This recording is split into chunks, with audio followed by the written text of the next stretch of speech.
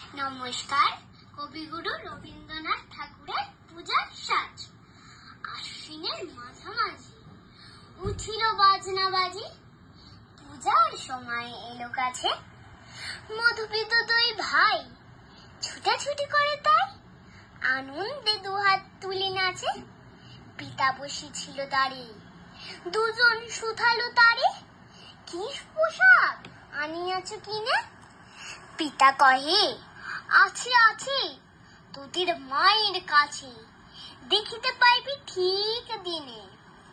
সবর সয় না আর জননীর বারবার, কহে মাগো ধরে তোর পায়, বাবা আমাদের তরে।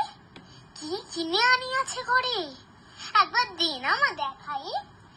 ব্যস্ত দেখি হাসিয়া মা দুখানি ছিটের জামা, দেখাইল করিয়া আদর।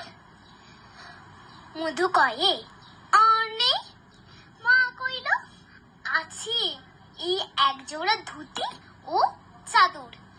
রাগিয়া আগুনে ছেলে কাপড় ধুলায় ফেলে, কাঁদিয়া কহিল চাহি না মা।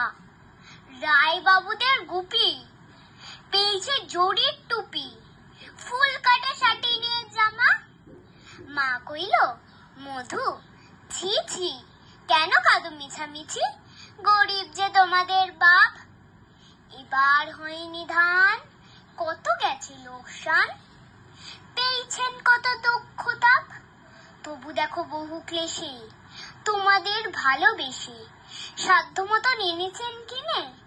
সেই জিনিস অনাধারে ফেলিলে তুলের পরে, এই শিক্ষা হলো এতদিনে।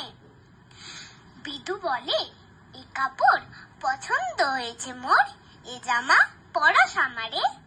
মধু শুনে আরো রেগে ঘর ছেড়ে দ্রুত বেগে গেল রায় বাবুদের দাঁড়ি।